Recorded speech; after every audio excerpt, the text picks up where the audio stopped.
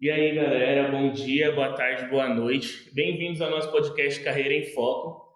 Nesse podcast a gente vai falar de algo que marcou, que marca e vai marcar a vida de muita gente, que é a tão falada carteira de trabalho. Como é o início dessa jornada para um jovem, quais são as dificuldades, como é para a comunidade LGBT, para as mulheres, tudo isso e mais um pouco vocês verão aqui nesse podcast. Não se esqueçam que também o podcast vai estar disponível no Spotify, então dê uma passada lá, tá bom? Curtam os vídeos e compartilhem. Boa tarde, gente. No assunto de hoje vamos reportar sobre as mulheres no seu modo na carreira de viver, tanto no modo salarial como a sua posição em casa também, que é muito expressada também agora, muito discutida, e por enquanto é isso. Aqui nós trouxemos a Kátia. Boa tarde, Boa Kátia. tarde, Boa tarde, Kátia. Kátia. Bem, boa tarde. Ela é diretora da Escola Estadual João Batista, escola que a gente está. Ela tem 53 anos, foi concursada em 2008, já trabalhou em diversos lugares como professora de biologia. Tem muita coisa para falar para a gente aí, né? Vamos para a primeira pergunta? Vamos. Quais foram suas primeiras impressões ao começar a ingressar no mercado de trabalho? Eu era muito nova quando ingressei no mercado de trabalho, eu tinha 13 anos. Alguns anos atrás a gente iniciava muito cedo, né? Você já podia tirar a carteira de trabalho e iniciar. Eu iniciei com 13 anos e eu era recepcionista na época. Mas eu venho de uma família que o pai pegava muito no pé, né? Então a educação eu podia trabalhar, mas eu não podia deixar os estudos. Meu pai sempre cobrou isso da gente. De todas as filhas. Eu venho de uma família que nós somos 4 filhas, 4 mulheres, né? E eu fui recepcionista, fui estudando já no meu ensino fundamental, no meu 9º ano eu já trabalhava. E aí fui estudando, aos 17 anos eu entrei na minha primeira faculdade. Eu fiz, na primeira faculdade eu entrei aos 17 anos. No início assim, foi muito difícil você conciliar as tarefas de casa com o trabalho? Sim, muito difícil, né? Sobretudo porque o transporte coletivo na época também era muito mais difícil do que é hoje. A gente não tinha a expansão do metrô que a gente tem hoje. Eu trabalhava lá em Pinheiros, na Avenida Rebouças, e eu estudava em Guarulhos. Então a minha trajetória em quilômetros por dia era gigantesca. Eu saía do Jaçanã, eu ia para Pinheiros, de Pinheiros eu ia para o centro de Guarulhos eu voltava para o Jaçanã. Eu saía de casa por volta das 5h15 da manhã, eu chegava em casa meia-noite todos os dias. Então, eu tinha pouquíssimas horas de sono, mas quando a gente é jovem, a gente aguenta, né? Mais uma pergunta assim, bem saindo um pouquinho, mas como você se adaptou com as relações entre você mesmo, quanto ao primeiro emprego? Então, eu venho de uma família onde a gente tinha essa cultura mesmo, né, de trabalhar cedo e de ter responsabilidade muito cedo, né? Meu pai foi militar. Então, desde pequena na minha casa, todas nós já tínhamos a sua responsabilidade. A gente brinca e fala, na minha casa tinha escala na parede, né, das responsabilidades. Quem vai lavar a louça no café, no almoço, na janta, quem vai cuidar do cachorro, quem vai lavar o quintal, quem vai colocar o lixo para fora. Então, a gente já cresceu com essa responsabilidade toda. Então, começar a trabalhar foi uma consequência mesmo, né? Foi algo mais natural, né? Foi, bem natural mesmo. E é algo que não se vê hoje em dia mais, né? A educação mudou muito, a educação dentro de casa, né? As necessidades e os valores também. Hoje a gente tem muito mais acesso às coisas do que na minha época. Né? Como era a relação, assim, no seu trabalho com seus colegas homens? Tipo, assim, de alguma forma você percebeu que tinha alguma desigualdade? Eles colocavam muita pressão em cima de você? Sempre.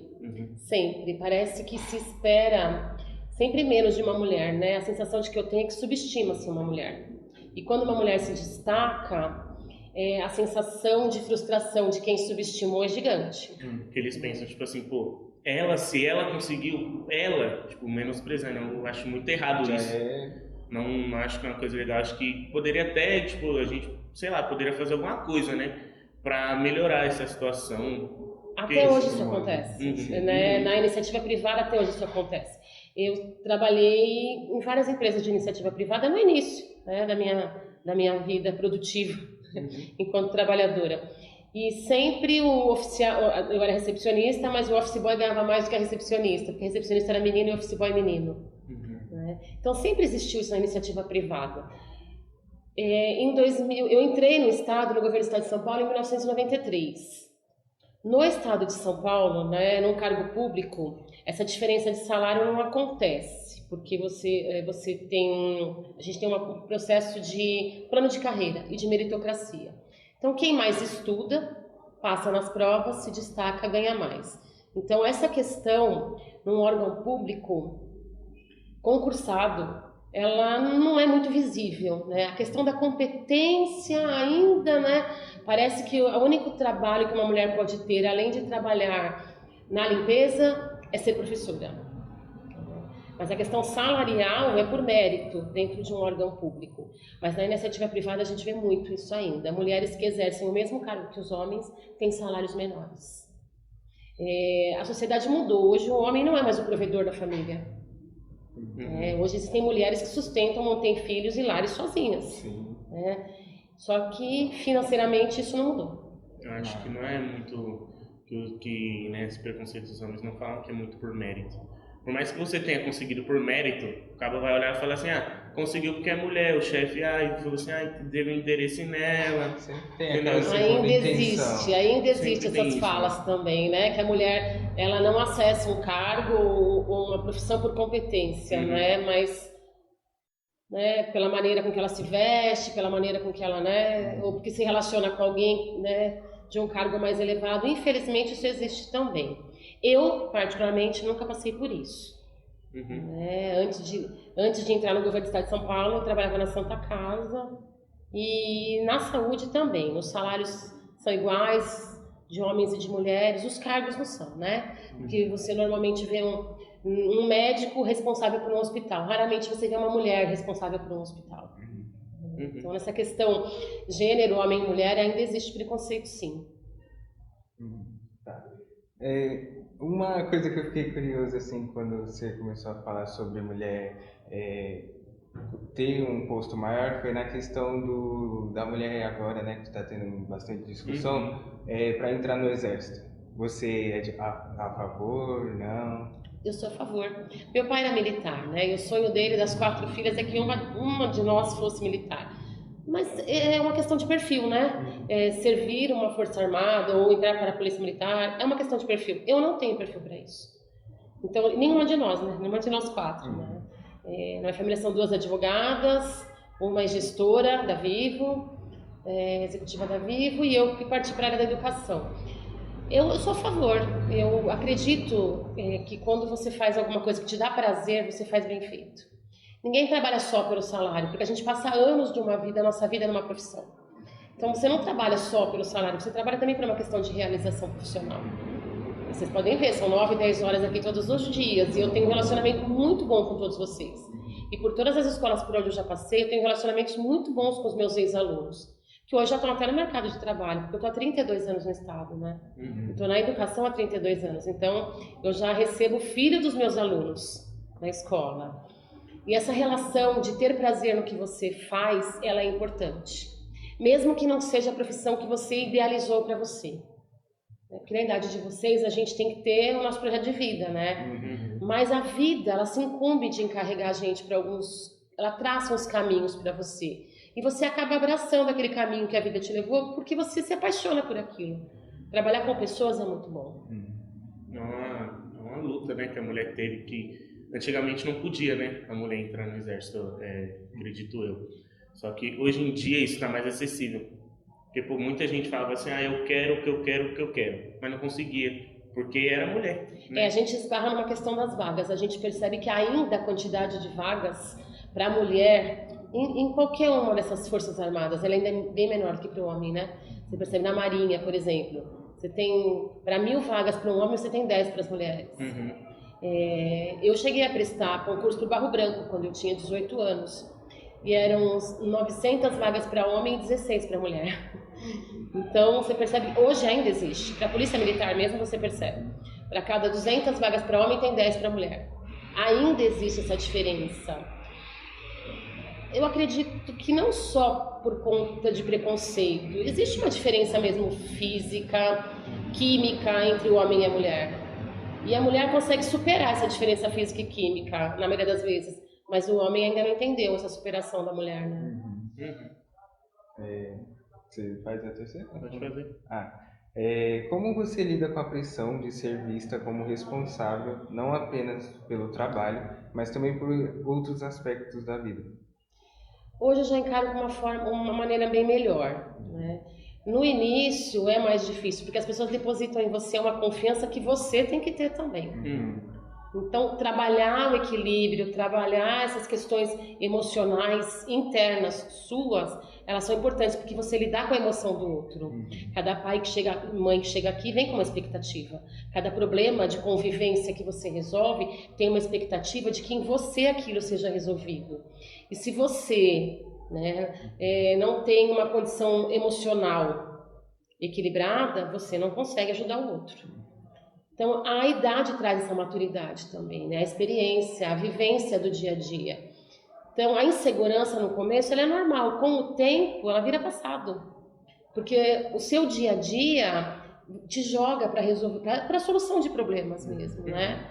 E se você, de uma maneira ou de outra, você acaba se envolvendo com aqueles problemas para fazer com que as pessoas se sintam confortáveis para passar por eles.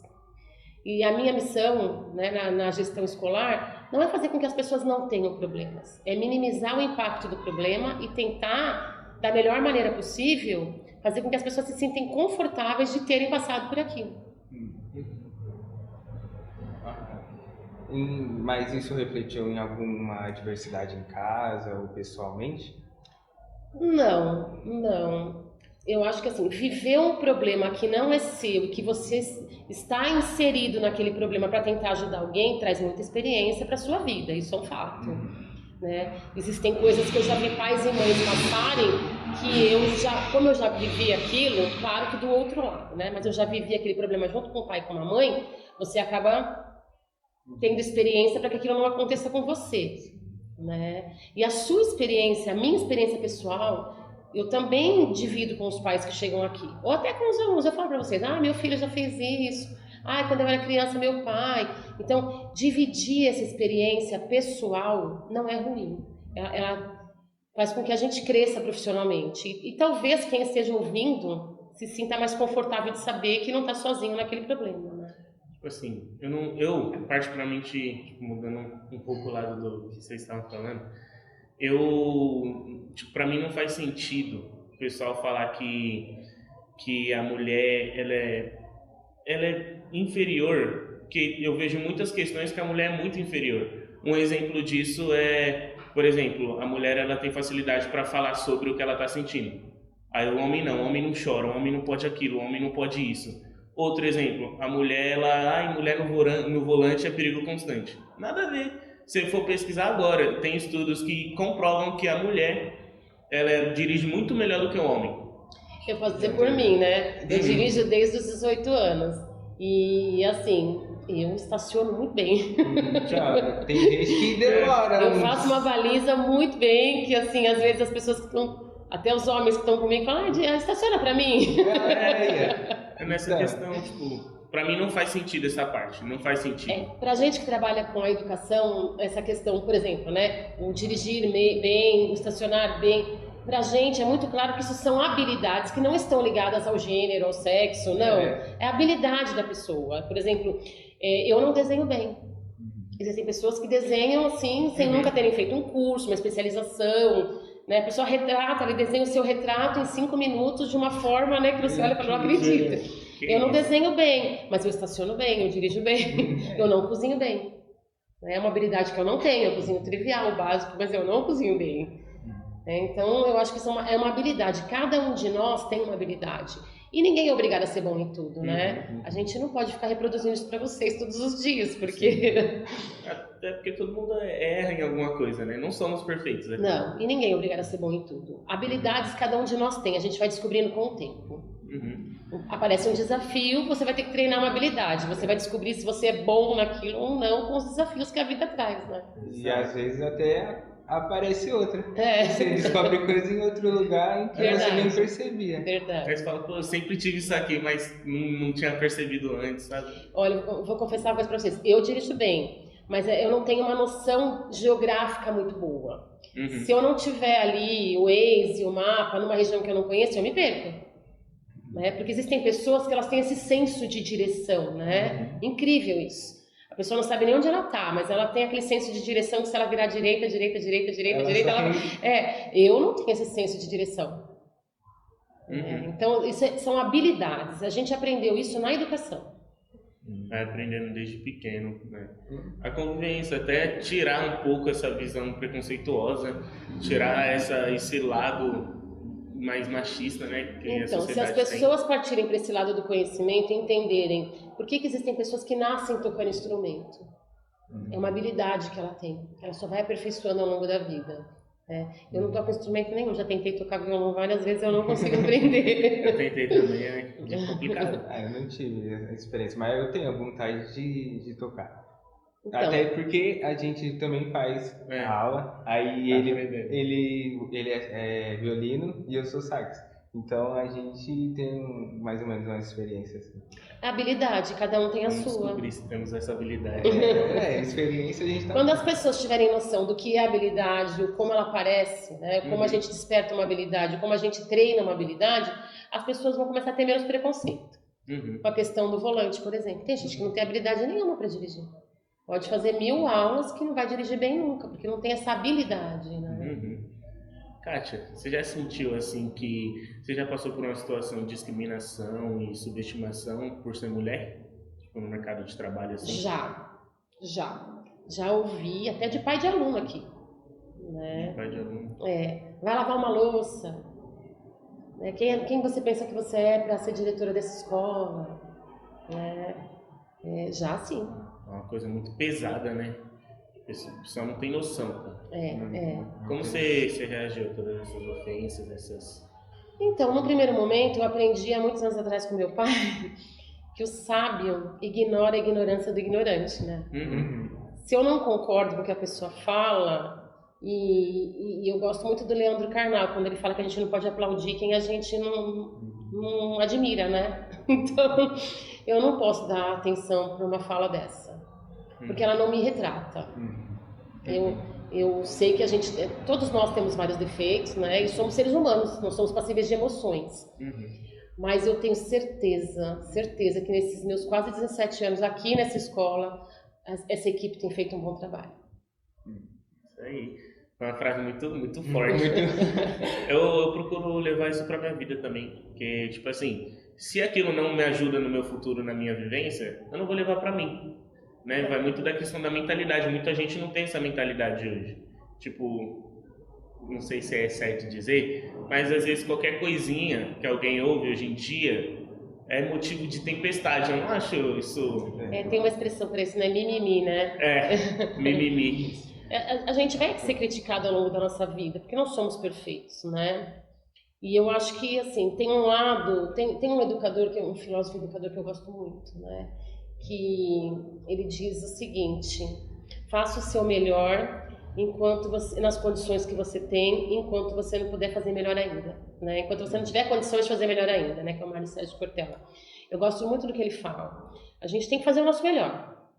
Essa é a condição que eu tenho, esse é o melhor que eu posso te fornecer nessa condição que eu tenho. E eu acredito muito nessa questão de unir forças. A gente só vai vencer essas barreiras dos preconceitos se a gente unir forças. Então, infelizmente já sofri sim discriminação por ser mulher, inclusive quando eu estava grávida, né? E eu acho isso um desrespeito, na verdade um desrespeito. Mas naquela época sensível, né, na gravidez, eu realmente achei melhor deixar para lá. Hoje eu nem darei ouvido, na verdade é isso. Não me retrata. Certo. Eu queria fazer a pergunta de... Você tem algum tipo de conselho para as pessoas que vão estar assistindo a gente? Conselho é uma coisa complicada. Conselho é uma palavra forte, né?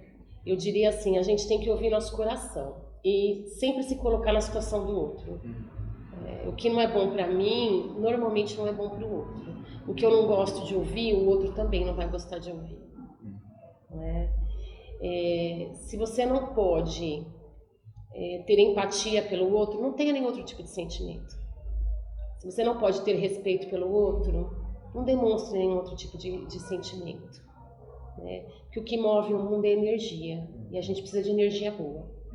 em todos os sentidos. O que move o mundo é energia, o sol é uma energia. Né? Um dia cinza é ruim, né? Um dia cinza a gente tolera, uma semana cinza a gente não tolera, né? Fica todo mundo murcho, triste, né? E o mundo é movido a energia e a gente precisa de energia. E eu acredito muito na energia das pessoas. É isso, muito obrigado, Kátia. Obrigado pelo tempo. Obrigada a vocês. Gente, esse foi o primeiro episódio. Muito obrigado, viu, gente, por assistir. Se vocês gostaram, curte, compartilha. E é isso, gente. Muito obrigado. Tchau.